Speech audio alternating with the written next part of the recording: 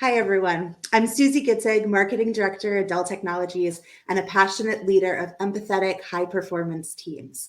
Welcome to my LinkedIn video series, Leading Questions. So today, my guest is Sarah Rosen, Director of Experiential Marketing at Dell and my former manager. And hopefully this is a continuation of the series where we dive into real conversations with authentic leaders. So Sarah, welcome to Leading Questions. Thank you so much for having me, Susie. I'm so excited to be here. I mentioned that you were my manager, and for all of our watchers, Sarah was one of the favorite leaders I ever got a chance to work for. She also was the one that helped me get into leadership, and so I owe her a lot. And I'm really excited to have her here to talk with all of us today. And I'm so excited too. One of my favorite things about leadership is growing future leaders. And so to see you and how far you've come and how much I learned from you is really cool. So, yeah. Thank you so much, Sarah. Okay, we're going to jump in, going all the way back to the beginning. Tell me about the first time in your life that you saw yourself as a leader or someone else saw you were a leader, and what did that look like for you? Yeah, so if I go all the way back, my family will often joke, and I guess I saw myself as this at the time as well, that being an older sister was my first true leadership role. My younger brother didn't speak until well after he was 3 years old, and that's because I spoke for him. I was his protector and leader, and that is still a joke with my family today. But in terms of leadership, leading teams, what I really think about is growing up, I was really involved in gymnastics and cheerleading. And in middle school, I was nominated as head cheerleader of my team. And I continued to do that through high school. And it was something that I absolutely was passionate about and I loved, but it really cultivated a love of leading teams within me. And it really helped set the direction for something that I knew, even though I didn't know what career path I was going to take, I knew that that was something I really loved and would seek in the future for my life. So you said you were nominated. Did it take you by surprise? Did you already see it in yourself? What did it feel like when you were nominated? You can go back in time. It was a huge honor. It was something that I felt like I was already kind of doing because I loved it. I loved the sport so much. So I was already mixing our team's music because I loved it. I was already, spending time at night making up routines. I mean, that sounds so silly now. I was doing that at home already. I was already acting in that capacity, I guess, to some extent. So it was absolutely an honor because it was something I loved. And I think I was nominated because it was something I was already kind of doing, if that makes sense. Absolutely. It's something I've heard about a lot. I will say as a side note, we never talked about cheerleading. I was also a competitive cheerleader in middle school. And, I think, and actually one of my other guests was as well. So I'm seeing a chain of that rolling out. There's something there. Yeah. There is something. We'll have to dig into it. We'll have to compare more notes. So as you continued on through your life, what do you think changed about your definition of leadership from how you thought it was when you were younger to when you decided this might be a career path for you? Yeah. So I think when I was younger, I looked at being a leader as being in charge and having this responsibility to set a direction or, steer the ship. And I think to some extent, that is the case. On the surface, that's the case. And ultimately, it's something you're responsible for. But what I didn't count on or what I didn't maybe anticipate was the responsibility that I had for other people. Even more so in the last few years, but how much more serious that job has become as a manager. But yeah, so I think part of it was just my responsibility to people and their well-being and to honor them and support them. But I think also just tactically, and this may be more, pertinent to the corporate world. When I became a leader, I was shocked at how much change happened to my calendar, to my time, to my allocation of time. I think a lot of people who seek to be leaders are very ambitious, and they become very good at what they do by working really hard on that one thing, right? Mm-hmm. I'm a really good writer. I'm a really good messenger. I'm a really good, I really get pricing. I'm going to be the best pricer there is. It's not the right word, but merchandiser there is, whatever. Yeah. And that's what gets you nominated maybe for the leadership position, but like what got you here won't get you there. And that sounds so cliche, but it's true, because what I learned, and was very humbling, and I continue to be humbled all the time as a leader, was, wow, like the way I use my time and my responsibilities are so different now. Like my job isn't to be the most successful. My job is to make my team be the most successful, whether they need coaching or whether they need air cover or whether they just need a spotlight. Like I had to completely shift how I spent my time. I mean, I think I still probably spend about 50% of my time on just with the team, whether it be one-on-ones or team meetings or staff meetings or status meetings. Like that was a really big shift for me. You know, it's interesting. I feel like that's the secret thing no one really tells you, the shift from being sort of a high-performing, great team member to being a leader of a high-performing team, and what that transition looks like. And I know something I've thought about over the years is just because you're a really high performer does not mean you're a great leader. 100%. And 100%. I agree with you more. Yeah. identifying those skill sets that make someone a great leader. And that's something that, you know, we hope to do in these conversations, but also throughout everyone's career paths, knowing what is the right path for you? What brings you joy? Do you love giving back to other people? Does that fill you up? Or do you really want to focus on your ambition and the things that you rock at and focus on being an individual contributor? Both are great paths. They're just a little bit different.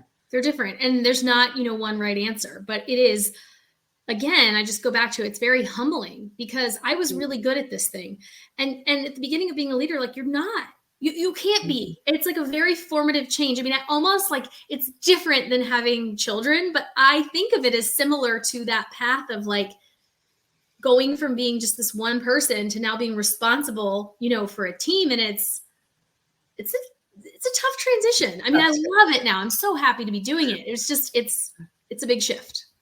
So I'd love to talk about another big shift. How's that for a transition? I know that you have been a manager for years. You were a manager far before COVID and everything that happened with remote work.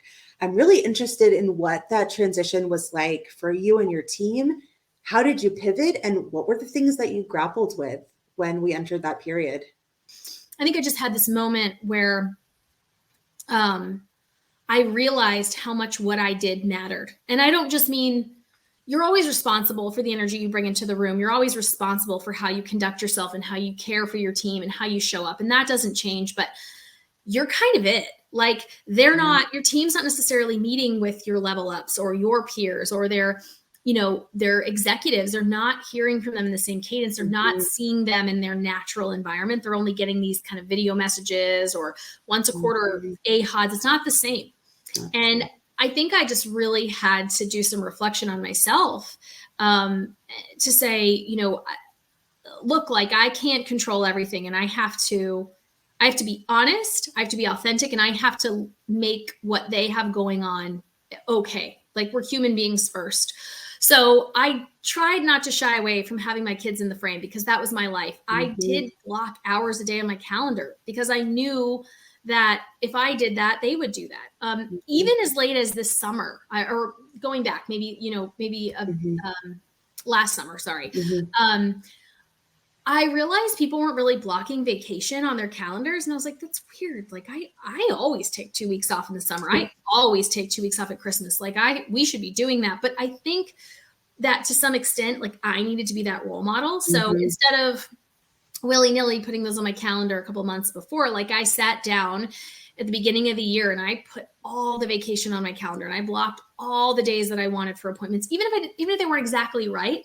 And it really kind of had a domino effect. I mean, I did that on like a Monday, and by the end of the week, I had several people on my team doing the same. And a few weeks later, like everyone had done that. And I think that stuff matters. And so I have to continue to come back to myself and just really hold myself accountable for, am I being a good role model? Am I setting the right tone? Am I setting the right boundaries so that they can do the same? And I think that always matters. It matters more now than it did, I think, before. Have you had that experience? Absolutely. Yeah. Okay. Oh yeah, I think even just this week, my team and I had a boundaries conversation, and it was led by our team lead, and we were talking about like, where do you feel comfortable setting boundaries? Where you not feel comfortable setting boundaries? The idea of having a conversation about boundaries in corporate America and really caring about them, I think that's a big change in itself. Yeah. Yeah. But it was us saying, take a lunch break, take a vacation. You don't have to answer every ping that showed, but people feel like they're proving themselves in a different way in a remote world where you don't necessarily have that exposure day to day. So your only exposure is your online presence. Yeah. And my hope, just like you said, is like my calendar is blocked for lunch. Sometimes I don't take it, but it's there. I'm going to try to take it as much as I can. Yeah. I'm going to try to detach when I'm on vacation. I'm going to try not to send emails late at night because they feel like I need to respond. And my email signature, someone told me about this. It says like, I'm sending this at the time that works for me. Like there's no pressure to respond unless this works for you. And I feel I like that almost is, wish we yeah. had like a function where, like Google does this now, like where you can schedule something to be sent later, or your iPhone does that. Like I hopefully that's something that's coming, but I love that because like I almost wish there was something to like, Absolutely. We make need it. We need the constant reminders and they need the constant reminders. And you're absolutely right. Like our teams look to us to set the vibe and set the culture, and how we want it to be comes from us in many ways. Yeah. I'm really interested. You mentioned that your team was having regular check-ins about topics that maybe you didn't talk about before COVID. Would you mind talking a little bit about that? Yeah. They probably think it's so cheesy, but I actually think it brings a lot of levity. I mean, we've done all kinds of things. We've done like ridiculous, like murder mystery parties. And even though everyone eye rolls about them, they end up being super fun. It gives us something to laugh about. And we do things like that. We do painting classes. We do, not all the time, but like quarterly. Yeah. Sometimes if I have a light staff, like we'll talk about our highs and lows for the week. And it doesn't even have to be work related. And again, I think it brings levity, it brings humor, it brings authenticity. Like sometimes it's heavy stuff, but I love cultivating an environment where people can feel as comfortable as they want to sharing, right? Like it's not like forced by any means, but I think it's really helped humanize our team. And I'm really proud of the level of camaraderie we've built, despite the fact that all of us have at the same time, most of us have been together, but all of us as a team have not once been together in the same room. And I think I might feel closer to this team than I ever felt to a team because of what we've gone through over the last couple of years. I 100% agree with that. As a team that also pulled out the stops on some really weird team activities. I think. Oh my gosh, you do the best. What like I remember you telling me about some of yours, but you do some really cool stuff. I got inspiration from you a couple of times. I feel like we're all learning from each other. Like managers are coming together and you're like, what can you do? That's kind of cheesy, but kind of fun. And your team will think it's all right. We had some wild scavenger hunts in the early days. We did some cooking classes, but I absolutely agree with you. I feel like we've been through shared trauma. Sounds incredibly intense, but it was. Yeah, we did. Yeah. We went through a shared trauma, and being able to say like, hey, as managers, like we clearly do not know all the answers. We don't know what's about to happen, but we want you to know that we've got you. Like we've got you. This space is safe. So Sarah was the manager that helped me become a manager, like I mentioned, and that happened literally right before COVID, maybe 2 months before COVID. So my team and I had met a few times, and then all of a sudden we were pivoting. But there were a lot of things about authentic conversations that we started having that I didn't know being a manager was like that. I didn't know that maybe you were having a really rough week and you were going to have a cry, or maybe you were really grappling with something at home and it was spilling over into your work life and you needed to be able to talk about it. And I feel like I grew a lot as a leader by having those conversations, by leaving space for those conversations, and learning how to also share a little bit more myself. I think I'd always been pretty much, work and life was sort of separate, and I became a lot more comfortable being more authentic, and that felt good. Yeah, definitely. I would echo that for sure. All right, next question. What do you think are the most important qualities of a leader? What do you think an authentic leader looks like? Well, I don't think that there's one recipe. I think there's so much good literature out there. There's so many good podcasts and books and people, and I'm totally subscribed to that because I feel like we just discussed, I mean, what was good yesterday doesn't necessarily fit when we're thrown through a loop like we just were over the last few years. I also think that based on the types of teams that you manage, like you're going to be pulled in different ways.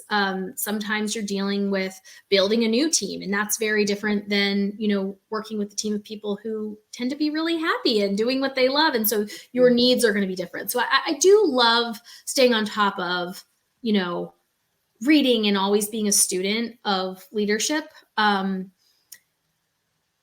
And I also think giving yourself grace for new leaders. I think we touched on it a little bit earlier. I think there's this, there's this a little bit of addiction to like the adulation or like praise of being a really good individual contributor, and that a good leader does not make. And I think sometimes you've just got to have grace and trust yourself because there isn't a guidebook. There's not. I mean, there's great programs, and I'd say heavily, like as in any job, like lean on mentors and people that you admire. But like you've really got to have a good relationship with yourself and give yourself some grace.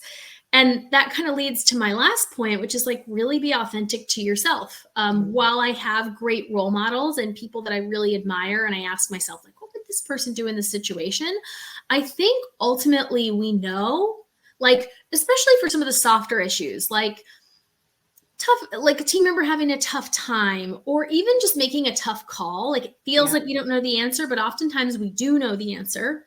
It's just a matter of getting really like honest and clear and in tune with ourselves. And I think as much as you can tap into your authentic self, like, look, you're not here because you necessarily raised your hand. Like people put you in this role because they trusted you. You have to trust you. You got to do the work. You've got to put in the work and the time, but you also have to trust yourself. And I think I find, and I know this is cliche, and I hear leaders say this all the time, but I think more often than not, when I'm being authentic to myself, I am better in all aspects of my life. I'm a better wife. I'm a better mom. I'm a better leader, and it feels better to me. And I think when we go through times of like tough change, it's transition, and we have to go through the growth and the pain and like the grips of like, what that brings. But if you can get back to that, I think you will do right by your team.